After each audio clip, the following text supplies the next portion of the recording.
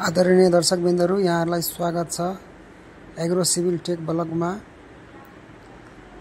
सधैं चाहिँ आज पनि म हजुरहरुलाई कृषि सम्बन्धी भिडियो लिएर आएको छु। कृषिमा पनि आज थोरै इन्ट्रेस्टिङ खालको रहेको छ। आज पशुपन्छी पालन सम्बन्धी भिडियो रहेको छ। यस च्यानललाई सब्स्क्राइब, लाइक, शेयर र कमेन्ट गरिदिनु होला। भिडियो अन्तिमसम्म हेरी साथ दिनु होला।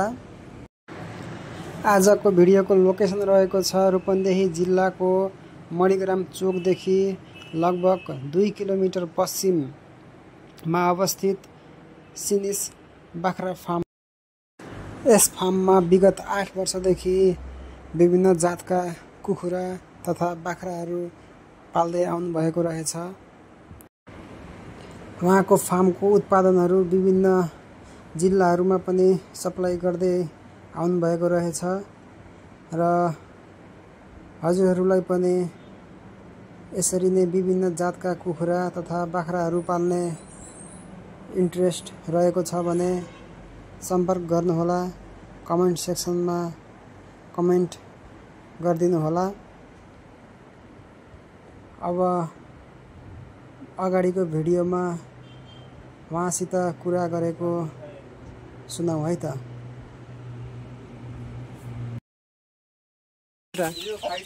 यो फाइटर भालेकै पोथी हो नि, सबै चल्ने फाइटरकै हुन्। अनि यो यताको यो तर फाइटर पुच्छर चाहिँ लामो हुन्छ। यो चाउबेन्डम कहाँ पाइन्छ यस्तो? यो सब बाहिर है। यो जाति यो वोलपुल, यो पनि बाहिरकै हो।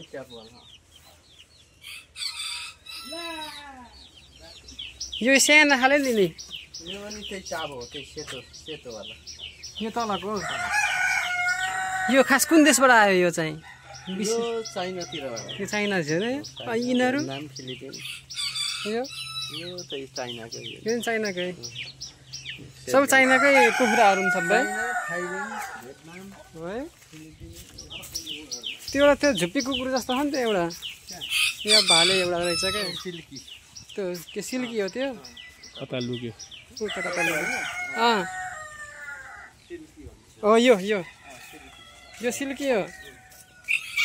अनि यो पोथी हो, यो कालो सानो यो यताको डाँफे जस्तो है यो काले। ए फाइटर हो यो, भाले हो यो पोथी है।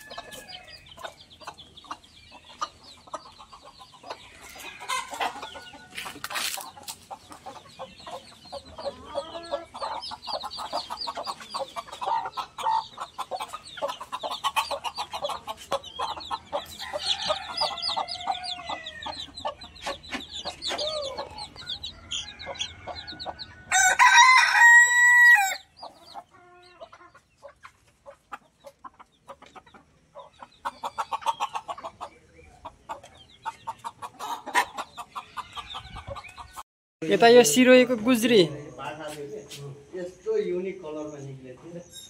मैले त्यो कलरै दामी निकाल्छु। त्यो पनि यसैको बच्चा हो दाइ? कुन त्यो पाखी?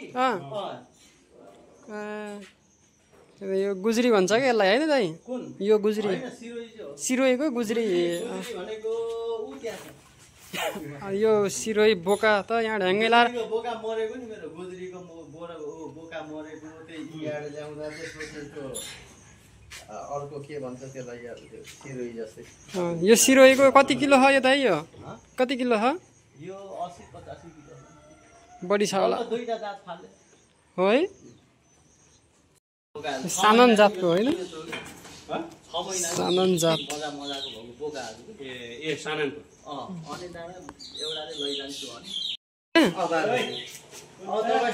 तपाईँको अब हेर्नुहोस् त्यो चापड किन्न पर्यो खर्च त बढ्यो बोका होइन अब तिनटामा एक त भुस्से किन्न पर्छ भुस्से किने बाहेक चापड त बढ्यो चापड त बढी खाने भुस्साले त्यही चापडकै लोभले खाने अलग जातकालाई अलग अलग ठाउँमा राख्नु भएको छ होइन अनि यताका फेरि के हुन् यिनीहरू पनि बोएर हुने यो कालो पनि यो तपाईँको अजमेरी ए अजमेरी यो अजमेरी यो चाहिँ नि गुज्री यसको र यसको बोका मरेको दुईटा यो गुज्री यो हो गुज्री यो हो अनि अरू चाहिँ यिनीहरू बारबारी सिरोहीको बोका थियो यो सिरोहीको बोका त्यही बुढी माउको छोरा ए अहिले त्यो पार्टीको छोरी यो पनि सिरोहीले पर्यो सिरोही चाहिँ पर्यो यताका नि सिरोही यो गुज्री क्रस तपाईँसँग आउने उसको बाख्रा भनेको त्यही बोका हो